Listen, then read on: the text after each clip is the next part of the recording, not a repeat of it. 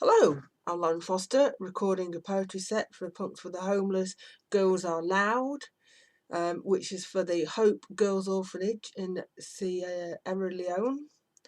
I watched the video of the girls earlier. It's great. I really enjoyed watching that. Well done, girls. Right, I'm going to set my cock. 15 minutes, and then if I'm just rambling on and then go over, oh no, it's about time to wind it all up. So this is for Girls Aloud. So I'm going to start. With Being a Girl, Part 1. I always sneered at tiny tears. Lego, I scavenged from a skip. Pink made me want to puke. The pogo stick was just a fluke. They did their best to engineer a little girl on Christmas morn. Oh joy! A pram. I cried. Where's my bike? My chemistry set? Batmobile? How could they forget I didn't fit the norm? I came home bruised, another fight, clothes torn and covered in mud. They put me into flowery dresses, forced to brush through knotted tresses, said, why can't you be ladylike? Oh, you are a muggy kid. Sit still, be neat, be silent, smile sweetly, don't give me that look. So I stuck my head in another book and took to black and violet. I came out top in a maths exam. No peas for me. Dad knew. We'd visit scrapyards, Bob's garage, anywhere with bits of cars, but housework, crash, bang, smash, kazam. Then I got my first drum kit. Oh joy! At last! I cried. I channeled the spirit of Keith Moon, found my peace in Looney Tunes, and a purpose in two sticks. So I've got a couple of new ones. Well, I say new. This is actually one I started ages ago, and it didn't really go anywhere. But I was sat in the bath last night, and it came to me what I should do with it to fit it in to the current situation. The current situation while we're all doing this online and not at gigs, meeting each other and getting hammered and having a really good time. But it can't be helped, can it? We'll all get through it, won't we? This is Tori. Tori, quite contrary, how does your garden grow? With herd immunity, a right-wing press, NHS cuts all in a row. Tori, same old story. At night when you're in bed, how do you sleep? Do you see those faces of the dead? Tori, scarecrow hair, was this what you expected? Did you think it'd be a cruise when you got elected? Tori, are you tipsy on a crate of fine champagne? Wet the baby white, it's ours, all part of the campaign. Tori, old school tie, how does the future fare? Tolling bells and mourning, not that you lot care. Tori, quite contrary, now you give your thanks, you stand and clap, but I don't think you really give a wank. Yep. Anyway, I hope you're all going to donate to the Hope Orphanage. Get your wallets out. Well, I'm looking here for something silly after that, maybe. Something silly. This is about my mate when I shared a house with her. What does it smell of in here? Fags and farts and bones and beer. Fried stuff, dyed stuff, lied around for weak stuff. That's what it smells of in here. Ooh, what can we have now? What shall we have now? Let's have this one.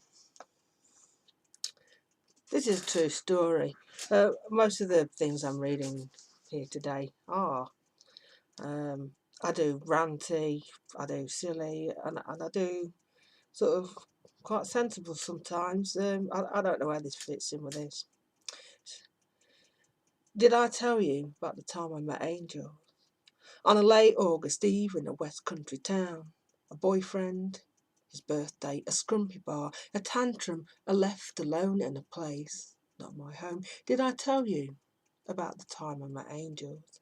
At midnight on a pedestrian street. Is he with you? They say. The one who rages. Stay away. There's one who cannot mend. Boyfriend's mum and sister march down the street. Do not greet the angels or meet my eyes. It's my fault he's in a state. We stayed out too late. I do not fulfill his needs. They give me a key, walk off. Did I tell you about the time I met angels? See those two, they say. Stay away. You know the tarot, the card called death. That's them. Did I tell you about the time I met angels? They're not as you'd expect. Surly, long hair, smoking roll-ups, motorhead t-shirts, denim and studs. Did I tell you about the time I met angels? We part. I walk a little way up the street, turn round, they've gone.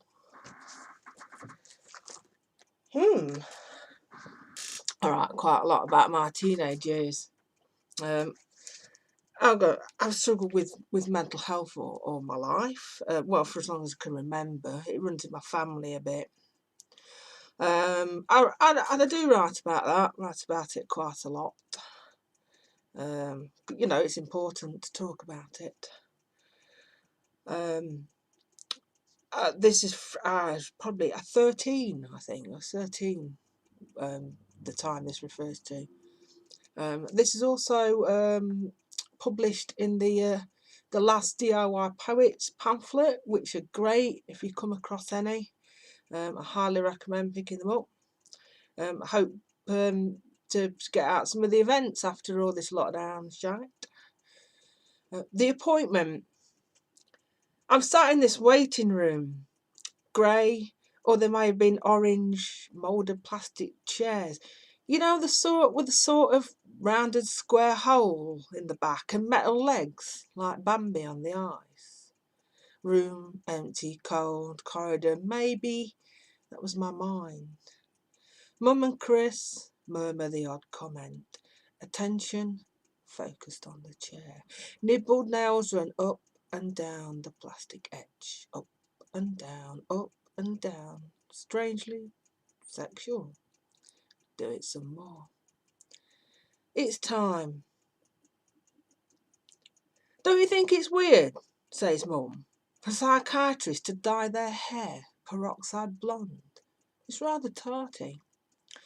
Mum, I say, she's albino.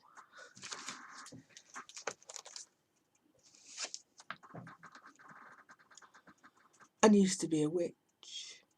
I know this because Grandma told me so, as she noted my floor-length black, pointy boots out of fashion when she was a girl. Grandma left witchhood behind, threw it out like the speckled half-shells beneath the oak, willow, elder, sang instead to Our Lady of the Light. Me, I used to be a witch. I'd skulk around the dead and dance until the milk float whirred down the street, my witch sisters cackling and howling, enchanted youth in our thrall. We'd cavort with werewolves, demons and other despised entities. And used to be a witch. Did I say used to be? Right. This one. It's called It'll Be Fun. The title is from some stupid remark and now ex-friend. A Brexit UKIP supporting ex-friend. That's why. Yeah, it says it all, doesn't it, really? She made this stupid comment about austerity measures. It'll be fun. It'll be fun? What can you say about that? Anyway, goes something like, rooting round in Marks and Sparks, skips for best before today's cake, sirloin steak and oriental lilies drizzled in indigo. Or standing in a line which snakes down the lane like an 80s election campaign for the only bank to benefit the dispossessed. At least she quit. No need to scour streets for dog ends like days at Norfolk Park, when the high-rise still stood on the hill. They survived on batter bits or lay in wait for the Coupland's man with trays of bread cakes, Sally Lunn's sarnies yesterday's bakes, or the day last Christmas's frozen Brussels, spuds like aliens, and the last shake of parmesan were all that remained. That's about food poverty, in case you didn't guess. Plenty of that around, worse than the 80s. Worse than the 80s. And on that sort of, vibe, this one, I have done it as a beat poem with musical accompaniment. It's a bit jazz. Nice. There's not enough wealth to go round. There's not enough wealth to go round, apparently. Millionaires, billionaires, all made fat by the labour of the people, but there's not enough wealth to go round, apparently. I'm thinking, extravagance of Vegas, opulence of Dubai, but there's not enough wealth to go round, apparently. 1.5 million quid supercars, oligarchs that think they're czars, but there's not enough wealth to go round, apparently. Premier football, Formula One, private jets, it's the trickle-down con. There's not enough wealth to go round, apparently. All of those with second, third, fourth homes, all that land we've no right to roam. Hear the poor old rich as they wail and moan that there's not enough wealth to go round.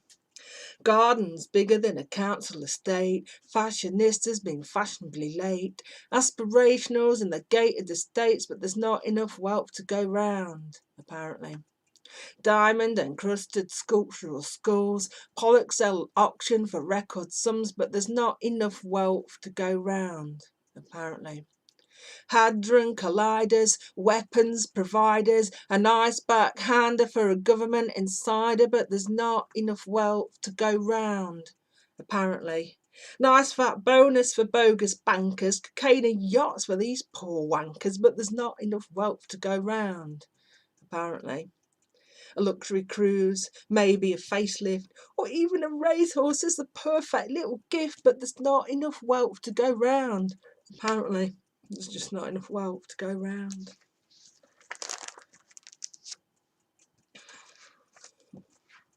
Next. I'm surprised no one's phoned yet. That was what I was expecting. Just looking at the time here. But I'm going to do this because it's Girls Are Loud, and this is, this is from when I was a teenager and just dealing with dodgy blokes, which was a far more frequent experience than it really should have been, or it shouldn't have happened at all. A night out. I'd never been back to Barnsley after that night. Battle of the Bands at Rio's. That was all right. The coach drops us back in the town centre. Me, just 17. Him, his mate. It's bloody freezing. It's late. Well past midnight. I'm sitting on a stall in the marketplace. He's in my face. He wants to touch me. Oh, you're going to get off with me then? He tries to part my thighs. It gives me a fright, but I keep my cool. Go on, give us a kiss. Nope. Go on. No. Look down. Ignore him.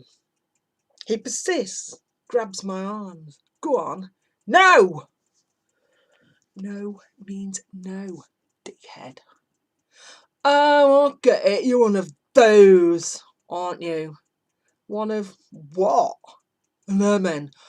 Oh, yeah, sure. I must be if I don't want to fuck you, right? His face screws up, a grimace. I knew it. Spits. With distaste, he says to his mate, come on, let's leave her. Off they walk. Me, I'm skinned, left alone in this desert because I won't play his game. I've never been back to Barnsley after that night. Dave, that was his name. Barnsley's not to blame, but I've never been back to Barnsley after that night. Oh, there goes me cock.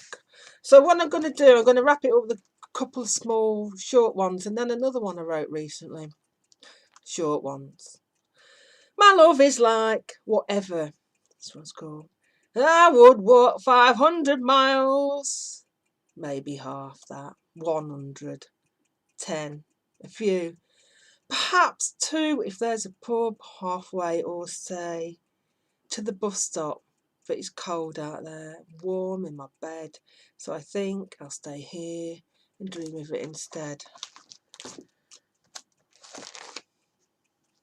Emigrants. This is for all them fucking idiots that just spout shit about immigrants all the time. Emigrants.